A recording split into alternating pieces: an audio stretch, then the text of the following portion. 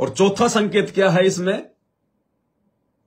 सतगुरु रामपाल जी भगवान ने क्या कहा अपनी सांसारिक माता जी को, अपनी मुंह बोली माता जी को, कि मां बिल्कुल भी चिंता मत करना, अब की बार तुझे ठेठ सतलोक में छोड़ के आऊंगा, सतलोक में, भगवान के दरबार में।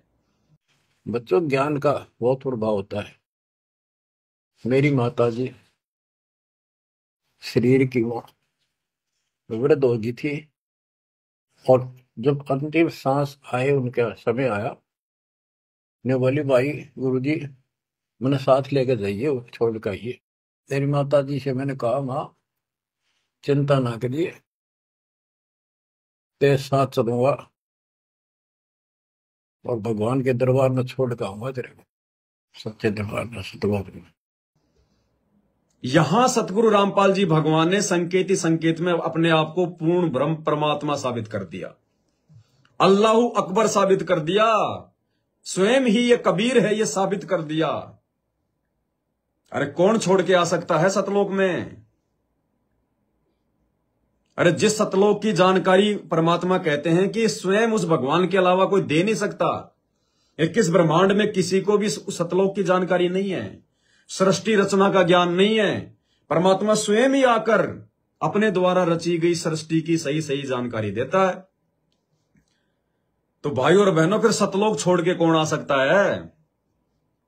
क्या किसी 21 ब्रह्मांड के किसी जीव की औकात है क्या? काल तो सतलोक जा नहीं सकता, रास्ते बंद है उसके, तो दुर्गा सतलोक जा नहीं सकती, रास्ते बंद हैं। इन दोनों से नीचे जो जितने भी हैं, ब्रह्मा विष्णु महेश 33 करोड़ देवी देवता, दानव मानव गंधर्व यक्ष किन्नर सुर नर मुनिजन, पीर पैगंबर कुतुब औलिया और आप और हमारे जैसे सामान्य जीव, इनको ये काल रास्ता नहीं देता, इनको सतलोक की जानकारी नहीं है। और जानकारी हो भी जाए यदि हम जीवों को, तो हम अपनी मर्जी से सतलोक जा नहीं सकते, उस परमात्मा के साथ बिना हम जा नहीं सकते सतलोक। तो फिर कौन है संत रामपाल जी जो अपनी मां को कह रहे कि तेरे को सतलोक छोड़ के आऊंगा मालिक के दरबार में? कौन छोड़ के आ सकता है इस पृथ्वी लोक से आत्माओं को सतलोक में? स्वयं कबीर भगवान, स्वयं कबीर परमात्मा, अल्लाहू अकबर। और इस बात को कहकर कि मैं सतलोक छोड़ के आऊंगा, सतगुरु रामपाल जी भगवान ने यह भी साबित कर दिया कि मेरे अलावा यदि आप इस दाढ़ी मूंछ वाली फोटो को भगवान मान रहे हो, यदि आपको ये गलत फहमी हो, आपके दिमाग में ये फितूर हो कि ये है कबीर, ये है भगवान, तो इस फितूर को अपने दिमाग से निकाल देना। अगर ये कबीर है, ये भगवान है जो आप इस फोटो में देख रहे हो, तो फिर ये छुपकर क्यों बैठा है? सामने क्यों नहीं आता? इस धरती पर आज हमें ज्ञान कौन दे रहा है? हमारे पूज्य गुरुदेव सतगुरु रामपाल जी भगवान। यानी जो ज्ञान, जो सतलोक का ज्ञान, जो सृष्टि रचना किसी को नहीं पता, जिस ज्ञान को केवल कबीर ही दे सकता है, उस ज्ञान को आज यहां पे आके 28 साल से कौन दे रहा है? सारे धर्मशास्त्रों से उनका निष्कर्ष निकालकर किसने दिया? इन्होंने, संत रामपाल जी ने। यथार्थ सत भक्ति मंत्र, प्रथम नाम सतनाम सार नाम, ये कौन बता रहा है? सतगुरु रामपाल जी भगवान। फिर इनका रोल क्या रह गया? ये कौन है फिर? ये कौन है फिर?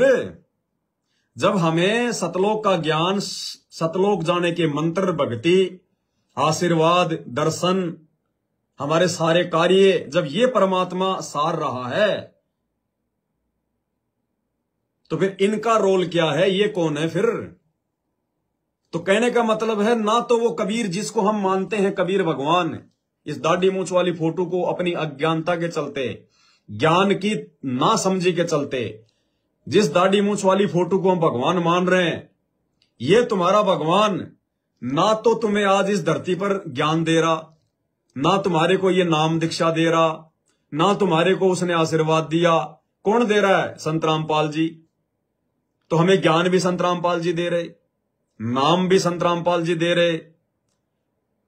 और फिर संत रामपाल जी कह रहे हैं कि जब तुम त्रिकुटी पे जाओगे तो वो कबीर परमात्मा मुझ रामपाल दास के रूप में मिलेगा, क्योंकि तुम मेरे को पहचानते हो। तो धरती पर भी संत रामपाल जी हमारे साथ में, हमारे सतगुरु बनकर, त्रिकुटी पर जाएंगे तो भी संत रामपाल जी मिलेंगे। और इस ऑडियो में कह रहे हैं कि मां तुझे सतलोक छोड़ के आऊंगा, तो त्रिकुटी से आगे सतलोक भी संत रामपाल जी छोड़ के आ रहे हैं। तो भाई साहब फिर इनका रोल क्या है? इनको भगवान कहने का मतलब क्या है? फिर ये भगवान कहां से हो गए जब इनका कोई रोल ही नहीं है? अगर ऐसा ही भगवान है, यही भगवान है, तो सामने क्यों नहीं आता? ये छुप क्यों रहा है? डर क्यों रहा है? परमात्मा ने बताया कि काल जो है वो छुप के रहता है। काल किसी के सामने नहीं आता, उसको श्राप लगा हुआ है। तो भाई इनको तो श्राप नहीं लगा हुआ। अगर ये भगवान है तो भगवान के ऊपर तो कोई श्राप काम नहीं करता। भगवान को तो किसी से डरने की जरूरत नहीं है, किसी से छुपने की जरूरत नहीं है, मुंह छुपाने की जरूरत नहीं है। तो ये भगवान ना तो आज धरती पे आ रहा, ना ये त्रिकुटी पे मिलेगा हमें, ना ये सतलोक छोड़ के आएगा। फिर इसका पूज के क्या करेंगे? इसकी फोटो अपने घर में दरबार में लगा के क्या करेंगे? ये कौन है फिर? तो संत रामपाल जी ने ये बात बोलकर अपने सांसारिक माता जी को कि मां चिंता ना करिए, तने ठेठ सतलोक छोड़ के आऊंगा, भगवान के दरबार में छोड़ के आऊंगा। इस परमेश्वर जी ने यह संकेत कर दिया कि बच्चों, तुम जिस भूल में जी रहे हो ना कि ये दाढ़ी मूंछ वाला भगवान है, ये कबीर है, ये फितूर अपने दिमाग से निकाल देना। तुम्हारा गुरु ही असली कबीर है, तुम्हारा गुरु ही असली भगवान है, असली अल्लाह है। यही ज्ञान दे सकता है, यही दे रहा है, और यही सतलोक छोड़कर आ सकता है, और कोई शक्ति नहीं है।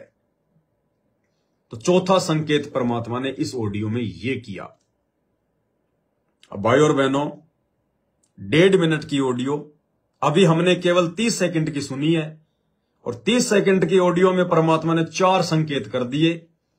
सबसे पहला तो यह कहकर कि मेरी शरीर की माता जी, तो परमेश्वर का तो कोई शरीर होता ही नहीं है, ना सतगुरु जननी जने जाके माना बाप, पिंड ब्रह्मंड से रहित है, नावा तीनों ताप।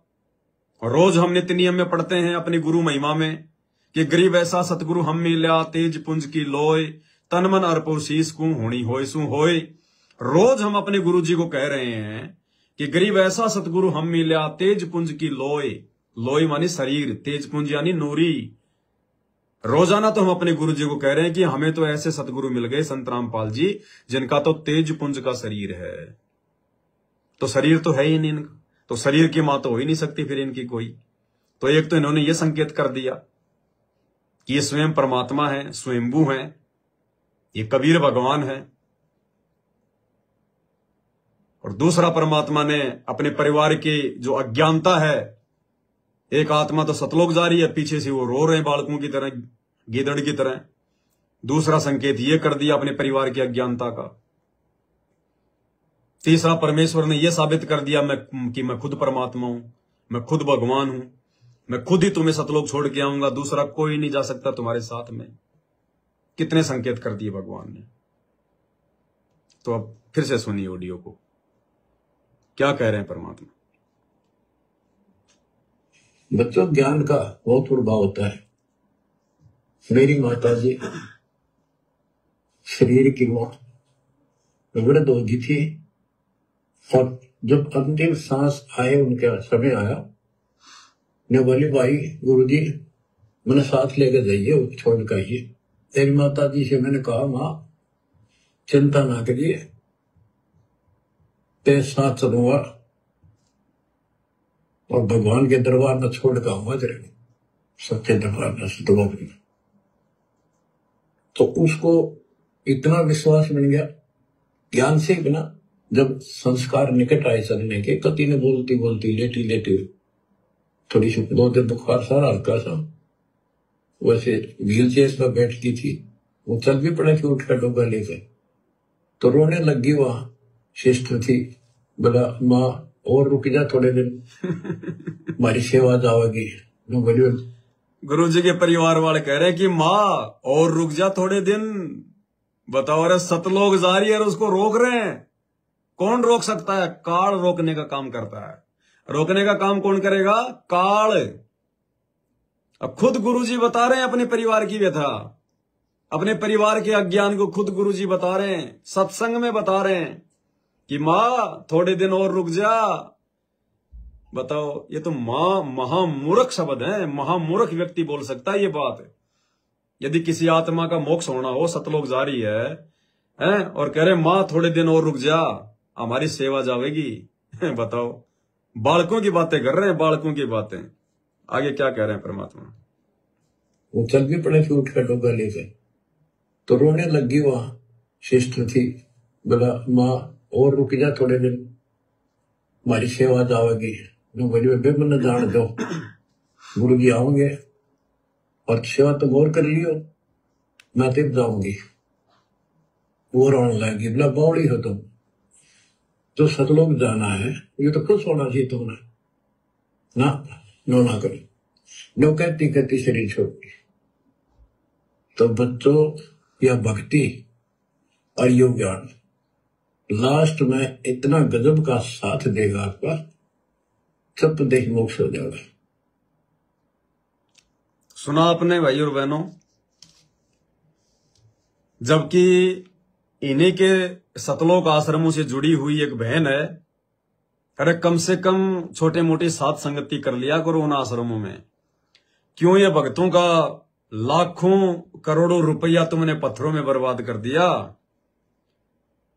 जब तुम इनमें कोई ज्ञान चर्चा ही नहीं करते हो बैठ के, कोई साध संगति नहीं होती इन आश्रमों में, केवल ज्योति पाठ के नाम पे धंधा हो रहा है, क्यों भक्तों का पैसा बर्बाद किया है?